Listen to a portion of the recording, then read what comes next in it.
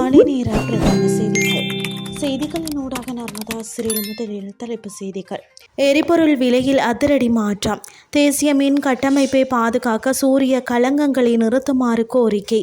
இஸ்ரேலிய ஆளில்லா விமானத்தை சுட்டு வீழ்த்தியது ஈரான் ராணுவம். இனி விரிவான செய்திகள். இன்று நள்ளிரவு முதல் அமலாகும் வகையில் எரிபொருள் விலைகளில் திருத்தம் மேற்கொள்ளப்பட்டுள்ளதாக இலங்கை பெட்ரோலிய கூட்டுத்தாபனம் அறிவித்துள்ளது. அதன்படி ஒக்டோ டீசல் 15 ரூபாயால் அதிகரிக்கப்பட்டு 407 ரூபாயாக விற்பனை செய்யப்பட உள்ளது. அத்துடன் லங்கா சூப்பர் டீசல் 20 ரூபாயால் அதிகரிக்கப்பட்டு 478 ரூபாயாக விற்பனை செய்யப்பட உள்ளது. அதே நேரம் ஒக்டேன் 92 ரக பெட்ரோல் 24 ரூபாயால் அதிகரிக்கப்பட்டு 434 ரூபாயாக விற்பனை செய்யப்பட உள்ளது. ஒக்டேன் 95 ரக பெட்ரோல் 25 ரூபாயால் அதிகரிக்கப்பட்டு 495 ரூபாயாக விற்பனை செய்யப்பட உள்ளது. மண்ணெண்ணெய் 20 ரூபாயால் அதிகரிக்கப்பட்டு 285 ரூபாயாக விற்பனை செய்யப்பட உள்ளது.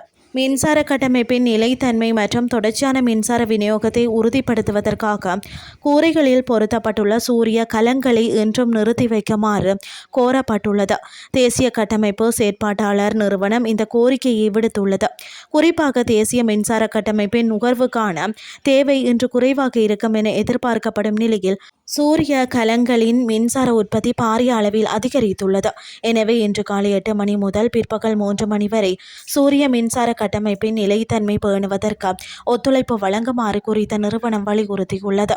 இனி வெளிநாட்டு செய்திகள். ஈரானின் தெற்கு பகுதியில் உள்ள கெஸ்ம் தீவுக்கு மேல் பறந்த இஸ்ரேலிய ஆர்பிட்டர் ட்ரோன் ஒன்றை சுட்டு வீழ்த்தியதாக ஈரான் ராணுவம் தெரிவித்துள்ளது. நேற்று சனிக்கிழமை ஈரானிய ராணுவம் வெளியிட்டுள்ள அறிக்கையின்படி அதிகாலை வேளை கெஸ்ம் மீது பறந்த அந்த ட்ரோனை வான் பாதுகாப்பு படை இடமறித்து சுட்டு வீழ்த்தியுள்ளது.